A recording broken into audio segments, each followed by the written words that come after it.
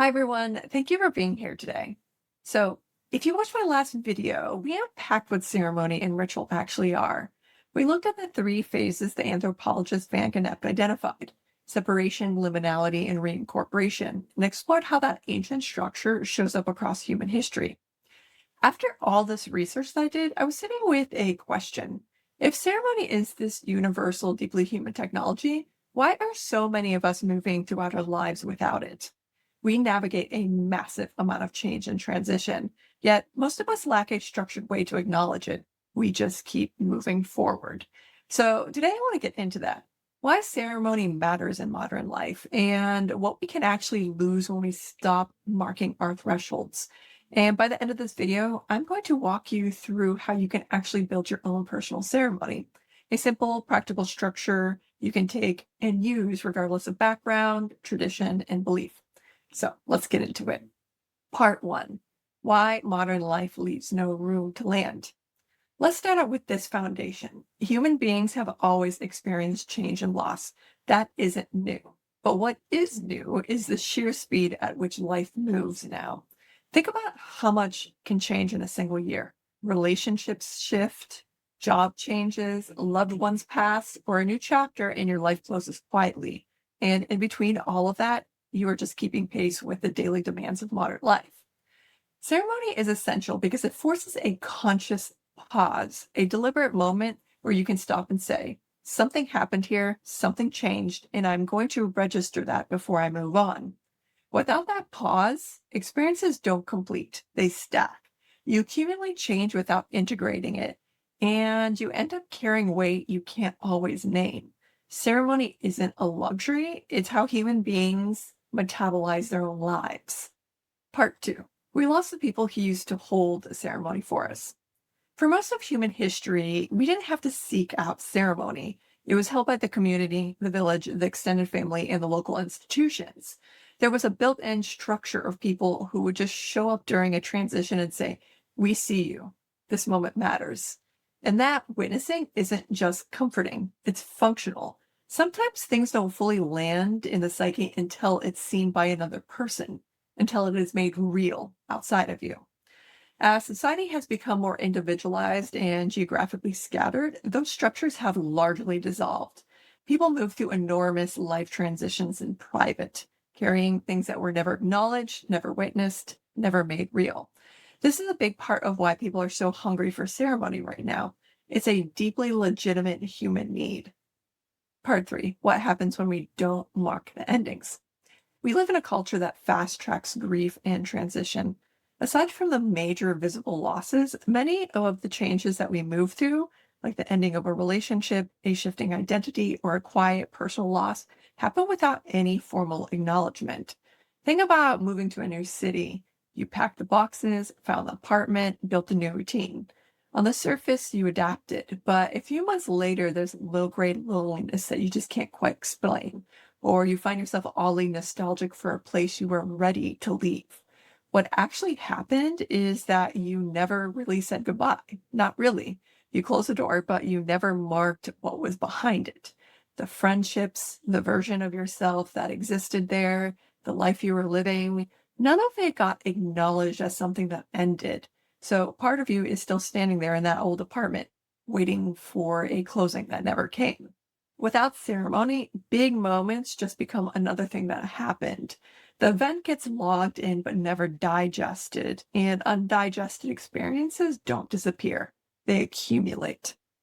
If you don't consciously close a chapter, part of you stays in it. You can be living in a new reality while psychologically still inhabiting an old one. Ceremony gives transition a shape. It provides a moment to say, this mattered. I am not the same as I was, and I am honoring that. Without it, we don't just miss a moment, we leave a threshold uncrossed. Part four: the difference between moving through life and actually living it. We take an enormous amount of stimulation and information daily. Life can feel like it's passing faster than we can actually feel it.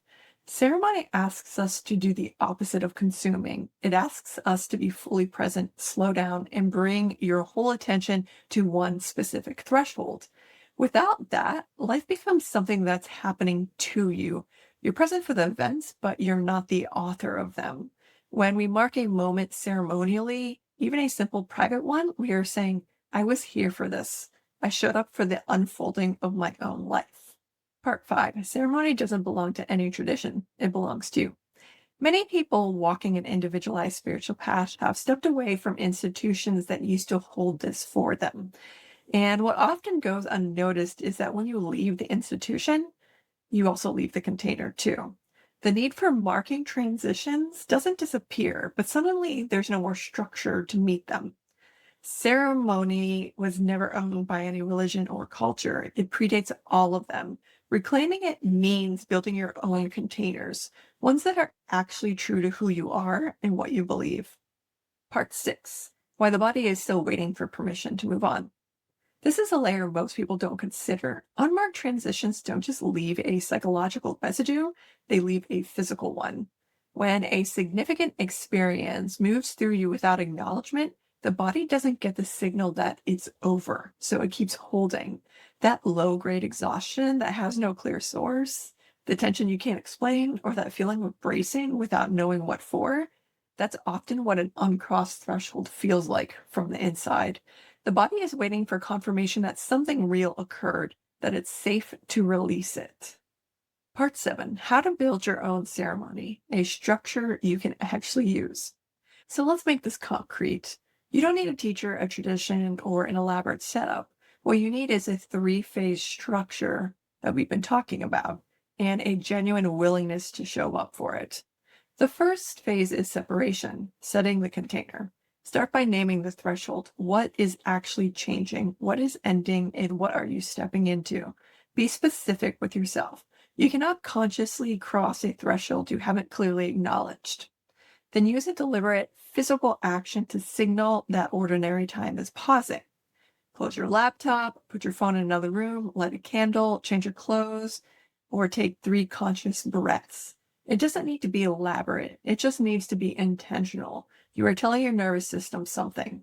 Something different is beginning here. The second phase is liminality, the actual inner work. This is the heart of it. Choose a symbolic action that reflects what is shifting inside of you.